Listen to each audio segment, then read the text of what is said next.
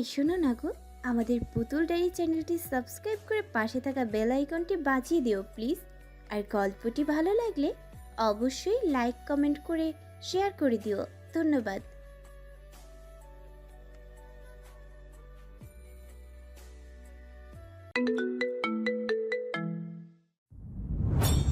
তানাম চৌধুরী নিঃশব্দে আবারও হাসল। তার ঘুম ভেঙেছে এই তো কিছুক্ষণ হলো। গতকাল রাতে আগে ভাগে কক্সবাজার পৌঁছেছে তারা। পরিবার সহ এখানকার সবচেয়ে আকর্ষণীয় ভিআইপি আবাসিক হোটেলে উঠেছে সনম চৌধুরী।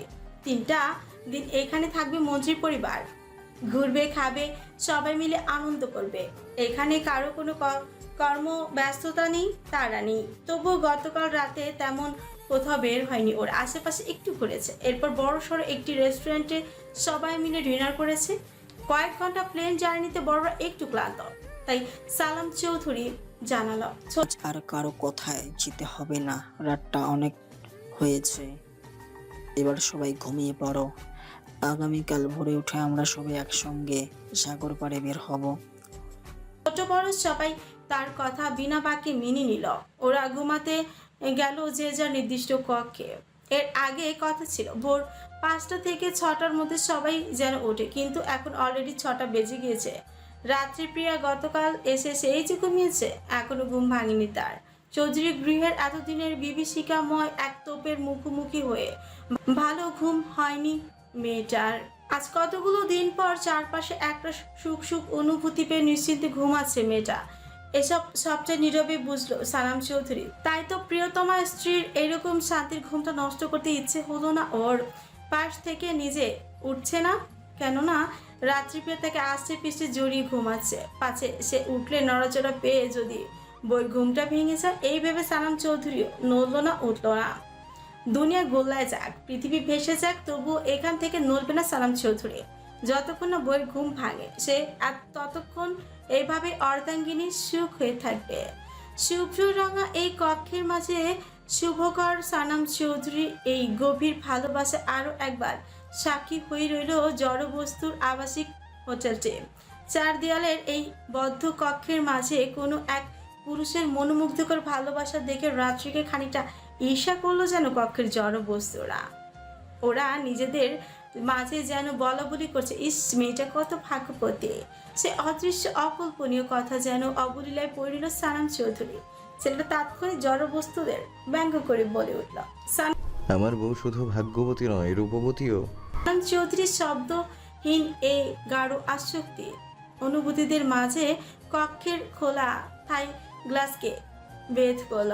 এক ফালি রৌদ্রর ওরা 8 খাট বেঁধে তাৎক্ষণিক জানালার লাগানো শুভ্ররাঙা পর্দার ফাঁক ফোকর থেকে এক চিরিক রোদ এসে জুড়ে বসলো সালাম চৌধুরীর অর্ধাঙ্গিনীর আঁখি পল্লবে।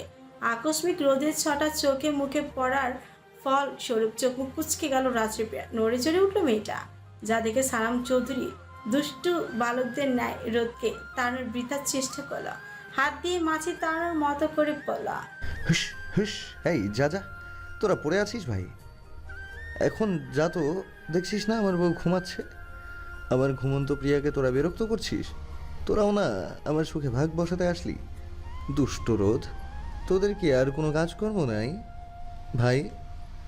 পরের সুখ সহ্য হয় না জলে, তোদের জ্বললেই আমার চলে। এবার যা তো।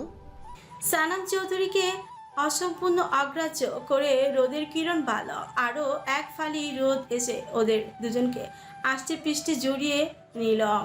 রোদের প্রখরতা বাড়তে চোখ পিটপিট করে তাকালো রাত্রিপ্রিয়া। নিজেকে প্রিয় পুরুষের বাহুডোরে আবদ্ধ মুচকি হাসলা। আবেশে প্রিয়তমকে জড়িয়ে ধরে শক্ত আলিঙ্গন দিল। প্রশান্তিতে পুনরায় চোখ বন্ধ করে নিল মেয়েটা, যা দেখে সালাম চৌধুরী শুভ্র হেসে শুধালো, সুপ্রভাত মনোহরিণী। রাত্রিপ্রিয় ঘুম জড়ানো কণ্ঠে শোধালো, সুপ্রভাত নেতা সাহেব। তা ঘুম কেমন হলো আপনার?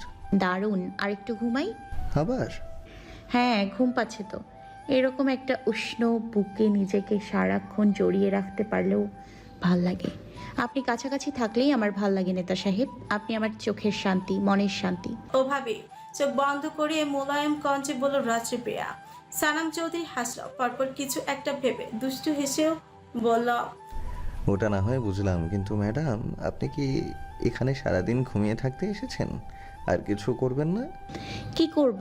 সবাই যা করে। কি করে? কেন? রোমান্স, রোমাঞ্চকর পরিবেশে এসেও আমাদের কি রোমান্স কিছুই হবে না বউ? তুমি নিরামিষ হলেও কিন্তু তোমার নেতা সাহেব টেস্টি আমিষে ভরপুর। বলছিলাম কি, চলো আমরাও শুরু করি। এতক্ষণে ঘুম ঘুম চোখে মেয়েটা অবুঝের মতো প্রশ্ন করেই যাচ্ছিল, সেই সুযোগ কাজে লাগালো সানাম চৌধুরী। হঠাৎ নেতা সাহেবের অদ্ভুত দুষ্টু কণ্ঠস্বর কর্ণ করে পৌঁছাতে রাত্রিপ্রিয়ার এতক্ষণে ঘুম টুম ছুটে গেল। সে তড়ক করে চোখ খুলল, নেতা সাহেবকে ধাক্কা দিয়ে সরিয়ে দিল। মাথার কাছে একটা ছোট্ট বালিশ ছুঁড়ে মারল ওর গায়ে। নিজেও বিছানার অন্য পাশে চলে গেল। তৎক্ষণাৎ এক হাতে বালিশটা ধরে ফেলল সানাম চৌধুরী, অন্য হাত দিয়ে পেছন থেকে ধরল বউয়ের বাড়ন্ত শাড়ির আঁচল। চট জলদি প্রিয়তমার দিকে দুষ্টু চাউনি দিয়ে এগিয়ে গেল।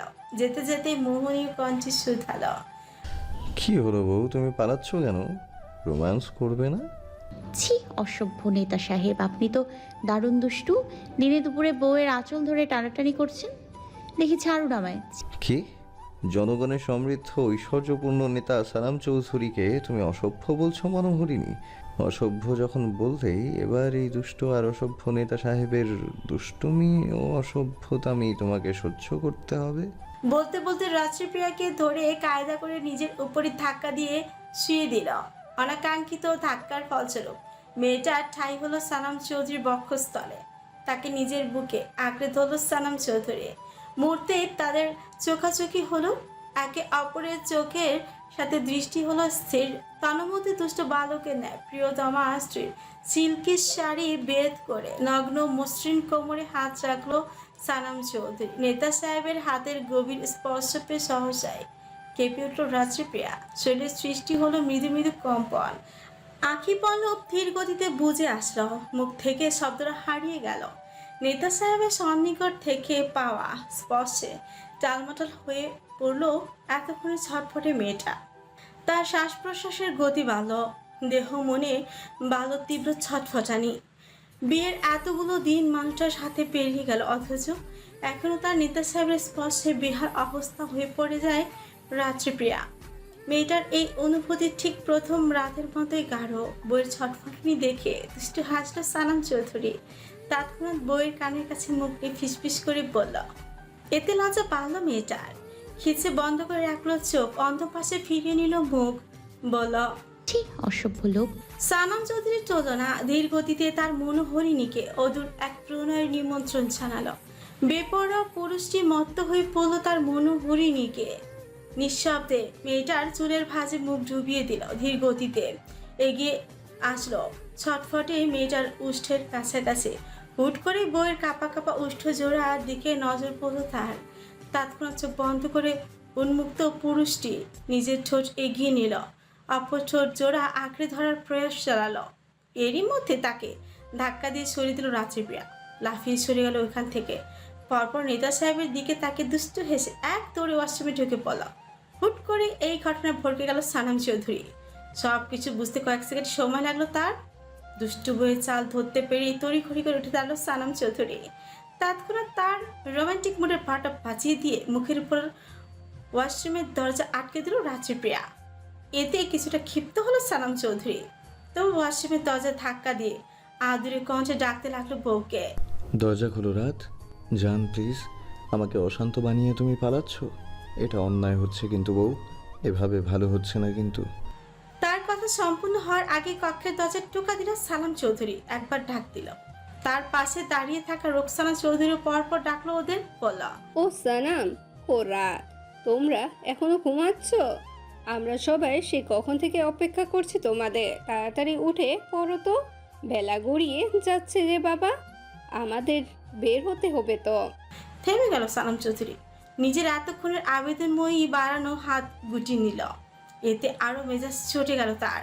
তৎক্ষণাৎ সে তপ্ত কণ্ঠে আফসোস নিয়ে বিড়বিড় করে শুধালো, আব্বু আম্মু, তোমরাও না আর আসার সময় পেলে না, এক্ষুনি আসতে বলো। এভাবে হুটহাট ছেলের রোমান্টিক মুডের দফা রফা বানিয়ে দিলে। দাদা দাদি ডাক শোনাবো কি করে? পরে তো আফসোস নিয়ে বলবে ছেলে কিচ্ছু পারে না, এখনো আমাদের নাতি নাতনি হলো না। কিন্তু মুখে বলতে পারলো না সেসব। বাবা মাকে কি আর এই ধরনের রহস্যময় কথা বলা চায়? সানাম চৌধুরী পর মুহূর্তে মনের দুঃখ মনেই চাপা রাখলো। শান্ত কণ্ঠে বাবা মাকে জানালো, আমরা উঠে পড়েছি আম্মু, সবাই আর একটু অপেক্ষা করো, আমরা এক্ষুনি আসছি। ওনারা আর কিচ্ছুটি বলল না, দুজন নিঃশব্দেই সরে গেল। নেতা সাহেবের পিড়পিড় করা আফসোস শুনতে পেয়ে বিজয়ী হাসলো রাত্রিপ্রিয়া। এই গোপন রহস্যময় কথা সে শুনেছে, ওর হাসি থামছেই না। মেয়েটাকে এত হাসতে দেখে সানাম চৌধুরী মৃদু রাগ দেখিয়ে টেনে টেনে শোধালো, খুব মজা লাগছে তাই না জান? খুব হাসি পাচ্ছে। ঠিক আছে হাসো, শুধু একবার তোমাকে আমি হাতের কাছে পেয়ে নিই, এর শোধ আমি দ্বিগুণভাবে তুলে নিব। মাইন্ড ইট জান। রাত্রিপ্রিয়া মুখ বাঁকালো। সানাম চৌধুরী হোতা মুখে বসে রইল কিয়ৎক্ষণ, নিজেকে সামলেও নিল। এরপর কেউ আর এই বিষয়ে কথা বলল না। দুজন ফ্রেশ হয়ে নিল, ঝটপট তৈরি হয়ে সবার কাছে চলল ওরা। এরপর সবাইকে নিয়ে একসঙ্গে নাস্তা করে বের হলো সাগর পাড়ে। ওদের সবাইকে একসঙ্গে কত সুন্দর লাগছে। দূর থেকে মন্ত্রী পরিবারকে পর্যবেক্ষণ করছে কত লোকজন বলছে, বাহ, ওদের কত সুখী পরিবার। সারি সারি সবুজ চাউবিথি, পাহাড়, ঝর্ণা আর নরম বালির মাঝে দীর্ঘ অপরূপ সৈকত কক্সবাজার। সাগরের নীল জলরাশি আর ঢেউয়ের গর্জন, সাথে হিমেল হাওয়ার মনোমুগ্ধকর এক পরিবেশ। নৈসর্গিক সৌন্দর্যে ভরা পৃথিবীর দীর্ঘতম সমুদ্র সৈকত এটি। এখনকার সময়টা এখন বিকেল। ধীরে ধীরে এতক্ষণের সূর্যের প্রখরতা কমে গিয়েছে। দুপুরে বিশ্রাম শেষে চৌধুরী পরিবারের সবাই এক সঙ্গে পাবলিক বিচে হাঁটতে বের হয়েছে। ওদের আগে পিছে কিছুটা দূরে দূরে রয়েছে গার্ডস। সানাম চৌধুরী সর্বোপরি সেফটি দিয়ে এখানে এসেছেন, নিজেও বেশ সতর্ক রয়েছেন যাতে পরিবারের কারো কোনো ক্ষতি না হয়। এরই মাঝে ওদের সময়টা দারুণ কেটেছে। ছোট বড় সবাই প্রাণ খুলে হাসছে। সমুদ্রের পাড়ে আসলে কি আর কারো মন খারাপ থাকে? সমুদ্র মনকে প্রশান্ত করে। বলা হয়ে থাকে সমুদ্রের সামনে গেলে মনের দুয়ারও সমুদ্রের মতো উন্মুক্ত হয়ে যায়। ওদের বেলাও তাই হলো। ওরা ভুলে গেল নিজস্ব আপন দুঃখ, মেতে উঠল আনন্দে। এই তো সমুদ্রের নরম বালিতে হাঁটছে ওরা। দূর থেকে ক্ষণে ক্ষণে ধেয়ে আসা শোষ বাতাস ছুঁয়ে দিচ্ছে ওদের দেহ মন। সমুদ্রের নিজস্ব কলরব গর্জন শুনতে বেশ ভালো লাগে। মাঝে মধ্যে সমুদ্রের ছোট বড় নীল জলরাশির ঢেউ এসে পা ভিজিয়ে দেয়, আবার আপন গতিতে চলে যায়। ক্ষণে ক্ষণে ঢেউয়ের সাথে সাথে ঝিনুক শামুক ছুটে আসে। চিকচিক করা নরম বালিতে ঝিনুকগুলো নিজস্ব আলো ছড়িয়ে নিজেদের দিকে মানুষকে আকর্ষণ করে। প্রকৃতির বহুরূপী সৌন্দর্য দেখে আনন্দে চঞ্চল হয়ে উঠল মেয়েরা।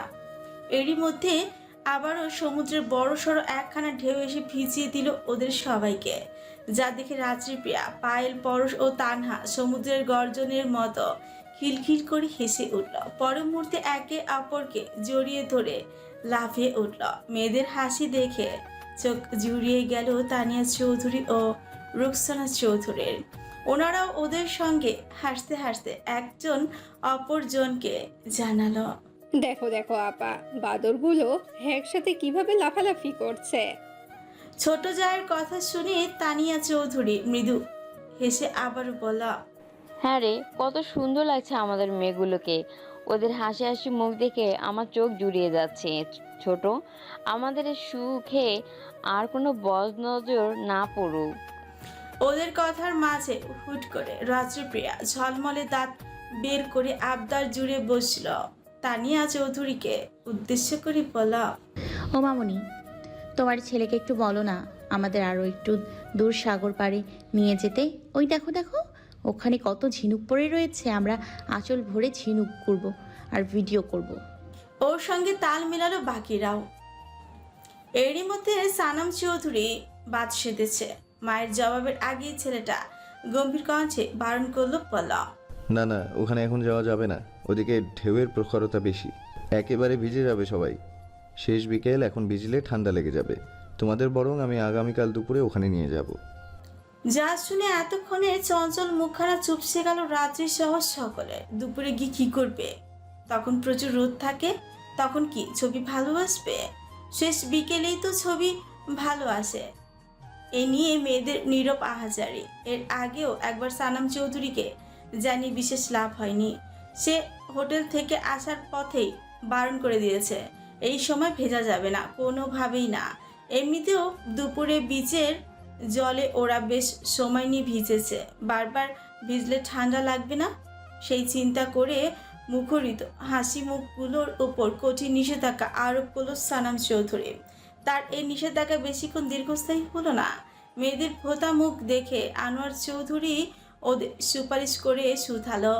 সানাম যাক না, কিছু হবে না। সানাম চৌধুরী কিছু বলার আগে তার বাবা সালাম চৌধুরীও আনোয়ার সাহেব একজোট হয়ে জানালো, এই মন খারাপ করো না সোনামণিরা, আমরা তোমাদের ওখানে নিয়ে যাব।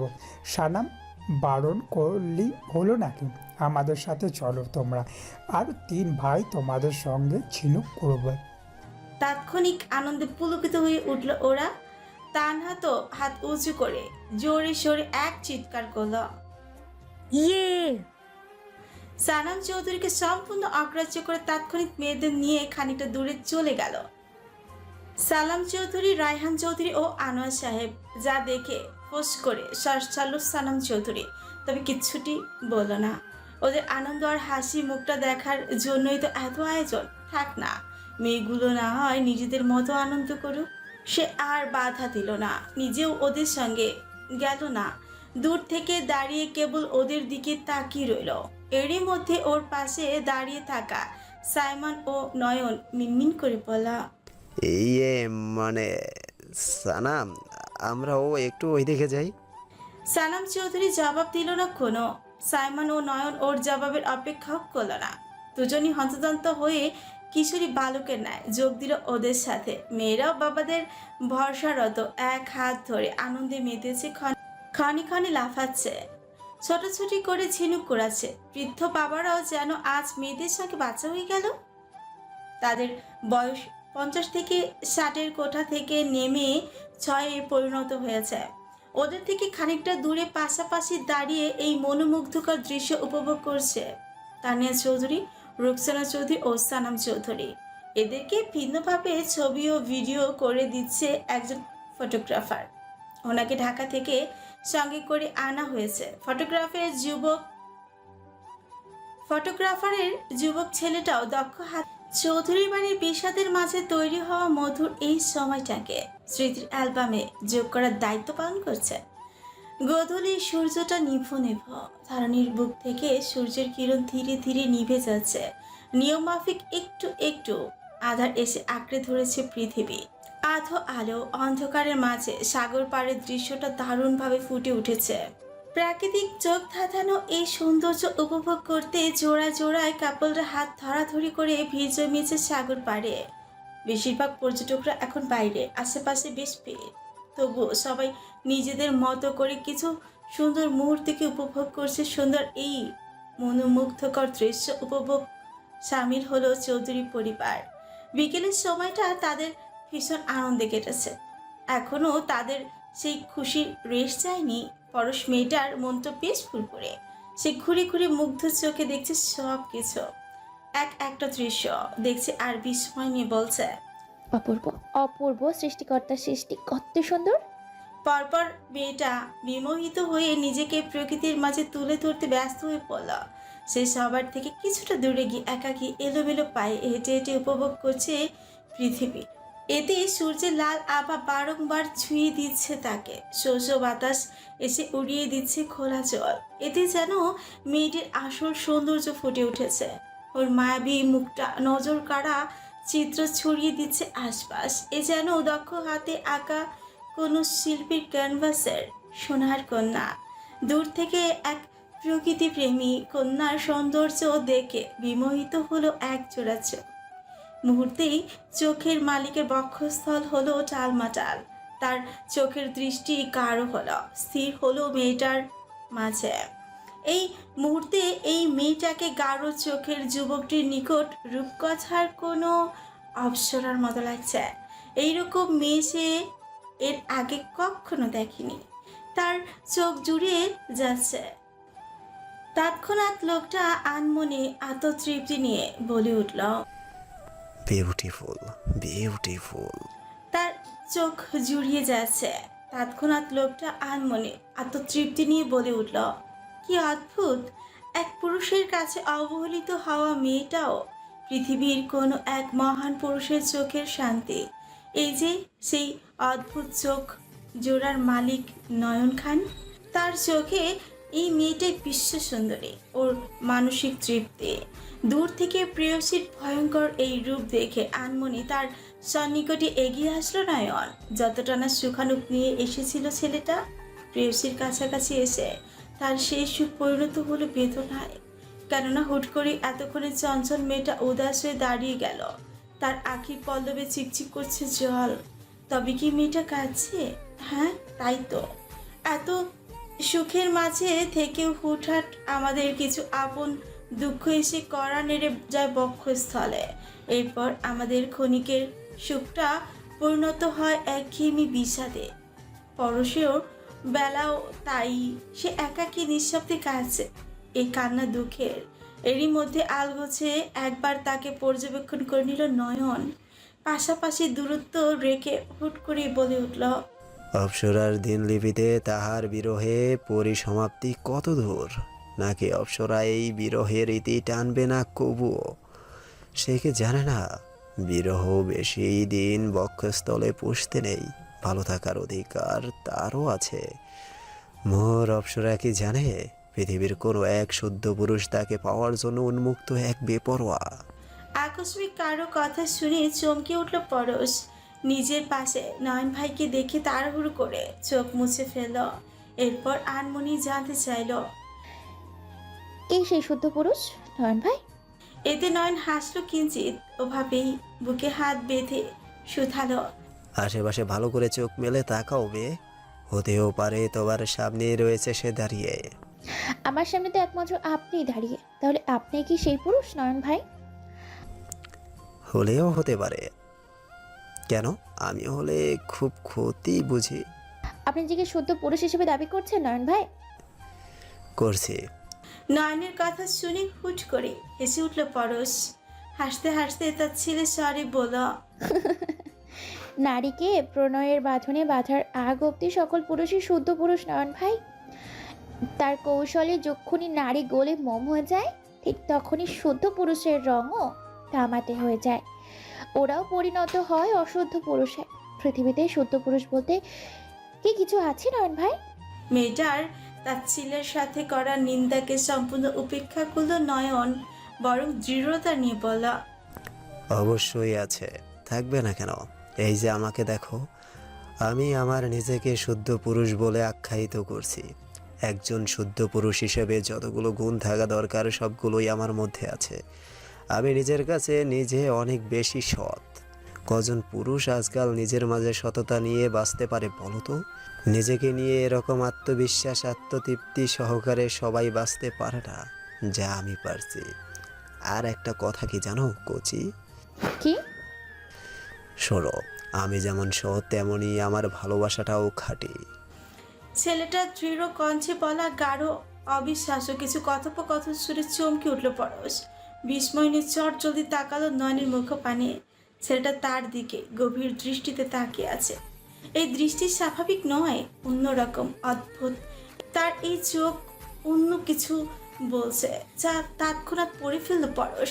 তার নারী মন ঠিকই ধরে ফেলল নয়নের না বলা কিছু কাব্য। গোপনে দীর্ঘশ্বাস ছাড়লো পরশ। পর মুহূর্তে মেয়েটা শান্ত কণ্ঠে শুধালো, বুঝে শুনে কেউ কাটার ভেতর পা রাখে নয়ন ভাই? রাখে? বুঝে বলছেন এসব? বলছি। অসম্ভব। এই চাওয়া কি কবুও আমাদের পূর্ণ হবে?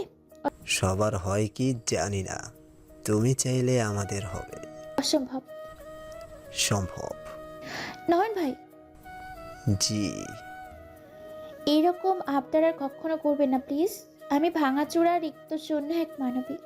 নতুন করে আপনাকে দেওয়ার মতো অবশেষ কিচ্ছুটি নেই আমার। আমি আর কোনো পুরুষকে নিজের সন্নিকটে চাই না। তাছাড়া আপনি আমার থেকেও ভালো কিছু ডিজার্ভ করেন নয়ন ভাই। তবু আমার এই ভাঙ্গা চোরা মানুষটাকেই লাগবে। আমি অপেক্ষা করব তোমার যদি। নয়নের কথা মাঝপথে অসম্পূর্ণই রয়ে গেল। ওদের কথোপকথনের মাঝে কোথা থেকে যেন সাইমন ছুটে আসলো। ব্যস্ত কণ্ঠে পরশকে বলল। পরশ, তুই এখানে? আমি এতক্ষণ তোকে খুঁজেছিলাম। পরশ অল্প হেসে জানতে চাইল। কেন ভাইয়া? সাইমন পরপর ওদের দুজনকে হাস্যোজ্জ্বল মুখে প্রস্তাব রাখল। ও পরশ, সাগরের স্পিড বোটে উঠবে? নয়ন ভাই আপনি যাবেন? আমি যাব। সাইমনকে এমন এই সময় এখানে আসতে দেখে সুযোগ শব্দ করলো নয়ন। ওর কথার কোনো জবাবই দিল না সে, বরং বিরক্তি নিয়ে পিটপিট করে বলল। ওরে শালার সুমন্দি, এরা ভুল সময় এন্ট্রি নিবেই। এদিকে আমার লাইফের গুরুত্বপূর্ণ জিনিস হারাইয়া যাচ্ছে, আর ও আসছে নয়ন ভাই বোটে উঠবেন। আরে বেটা, তোর মনের রং লাগছে, তুই একা গিয়ে চর। তুই কেন ভুল সময় আমাদের মাঝে ঢুকে পড়বি, বোঝা আমারে। নয়নকে নিজের সাথে পিড়পিড় করতে দেখে সাইমন ফ্রুচে সন্ধিহান কণ্ঠে বলল। কিছু বললেন নয়ন ভাই? নয়ন ধরা পড়া চোরের মতো বোকা বোকা হেসে বলল। না না না, কি বলবো। ও, আপনি যাবেন আমার সাথে? এখন সন্ধ্যা হয়ে গেছে না। আরে বেশি দূর জানো না, চলেন। ও পরশ, চল ঘুরে আসি। এরই মধ্যে আবার পায়েল এসে হাসি হাসি মুখে জানালো। সাইমন ভাই, আমিও যাব। অনাকাঙ্ক্ষিত ভাবে গোপন প্রেয়সীর আবদারে খুশিতে গদগদ হয়ে উঠল সাইমনের বক্ষস্থল। সেই দিনের রাতের পর থেকে তাকে বেশিরভাগ সময় ইগনোর করে চলেছে পায়েল। সেই কথা বলতে গেলে সূক্ষ্মভাবে এড়িয়ে যেত বারংবার। আজ হঠাৎ তার এই আবদার অপ্রত্যাশিত ছিল সাইমনের জন্য। এই উছিলায় যদি তার প্রেয়সীকে কিছুক্ষণের জন্য নিজের সন্নিকটে পাওয়া যায়, সে আশায় ছেলেটা তাৎক্ষণিক জানালো। চল। কিন্তু সাগর পাড়ে এসে এক বাত বিপত্তি। এখানকার স্পিড বোটগুলো খুব ছোট, চালক সহ এক একটা 3 জন করে ওঠা যাবে, আর ওরা মানুষ হলো 4 জন। সবাই একসঙ্গে একটা উঠতে পারবে না। তাই সাইমন 2টা বোট ভাড়া করার সিদ্ধান্ত নিল। এর মধ্যে বাদ সেদে পরশ জানালো। আমি যাব না। যা শুনে নয়নের সঙ্গে সঙ্গে বলল। আমিও যাব না। সাইমন, তুই আর পায়েল আপাতত ঘুরে আয়, আমরা বরং আগামীকাল সবাই একসঙ্গে বেরোবো। সাইমন আর কথা বলল না, একটিবার ওদের জোরও করলো না, বরং ওরা না যাওয়াতে সে মনে মনে বেশ খুশি হয়েছে। সাইমন আর দেরি করলো না, ভালো দেখে একটা স্পিড বোট ভাড়া করে নিল। পায়েলকে নিয়ে এগিয়ে গেল সেদিকে। এরই মধ্যে চালক বোট স্টার্ট করে ডাকছে ওদের। ভাই তাড়াতাড়ি ওঠেন। সাইমন তাৎক্ষণিক দক্ষ পায়ে উঠে দাঁড়ালো, কিন্তু পায়েল ত্রাসে দাঁড়িয়ে আছে কিনারায়। বোটটা সাগরের ঢেউয়ের সাথে সাথে কেমন দুলছে। একা একা উঠলে নিশ্চয়ই এখন সে সাগরের জলরাশির ভেতরে পড়ে যাবে। এরপর জীবনটা এইখানেই শেষ। ভয়ার্ত মেয়েটার দিকে তাৎক্ষণিক শক্তপোক্ত একখানা হাত বাড়িয়ে দিল সাইমন, বলল। ধর। পায়েল বিনা বাক্যে চটজলদি ধরলো তার সাইমন ভাইয়ের বিশ্বস্ত হাতখানা। তার এতক্ষণের ভয় নিমিষেই কেটে গেল। সে জানে এই হাত ভরসার হাত, এই হাত যতক্ষণ থাকবে পায়েল অক্ষত। পায়েল শক্ত একখানা হাতের সাহায্যে উঠে দাঁড়ালো ওরা পাশাপাশি। সাইমন ভাই শক্ত হাতে তার কোমল হাতখানা আঁকড়ে ধরেছে। পায়েলের ভীষণ ভালো লাগছে। এই মানুষের কাছাকাছি পাশাপাশি আসলেই আজকাল অদ্ভুত এক সুখ অনুভূতি হয় তার মাঝে। পায়েল নিজ ভাবনায় বিভোর হয়, ভুলে যায় সময়ের স্রোত। আজও হলো তাই। পায়েল যখন নিজ ভাবনায় বিভোর, ঠিক তক্ষুনি তার হাত ছেড়ে দিল সাইমন। পায়েলের ঘোর কাটল, মনে ক্ষুণ্ণ হলো, মনে মনে বলল। হাতটা ছাড়লেন কেন সাইমন ভাই? এভাবে তো বেশ লাগছিল। কিন্তু তার এই কথা মুখে প্রকাশ পেল না। এসব কি বলা যায়? তা লজ্জা করবে না? আর সাইমন ভাই বা কি ভাববে? পায়েল চোরা চোখে বারবার তাকাচ্ছে সাইমন ভাইয়ের হাতের দিকে, কিন্তু লোকটা ঘুরে ফিরে ঝাউবনের দিকে তাকিয়ে আছে। কখনো বা আকাশ দেখছে, তার দিকে একটিবারও তাকাচ্ছে না। তবু সে ভেতরে যায় সাইমন ভাই তার হাতটা ধরে রাখুক খুব শক্ত করে। মেয়েটার ভাবনার মাঝে নিঃশব্দে তার হাতখানা পুনরায় মুঠোবন্দি করে নিল সাইমন, অথচ তার দিকে একবারও তাকালো না মানুষটা। চমকালো পায়েল। তবে কি তার মনের ভাষা পড়ে ফেললো সাইমন ভাই? ছিছি, কি লজ্জা, কি লজ্জা! সমস্ত লজ্জার আবির্ভাব এসে ছুঁয়ে দিল পায়েলকে। মেয়েটার অবয়ব জুড়ে রক্তিম বন্ধন ধারণ করল। মেয়েটা নতজানু হয়ে কেবল অনুভব করছে স্যামন ভাইয়ের সাথে কাটানো সেরা মুহূর্তটাকে।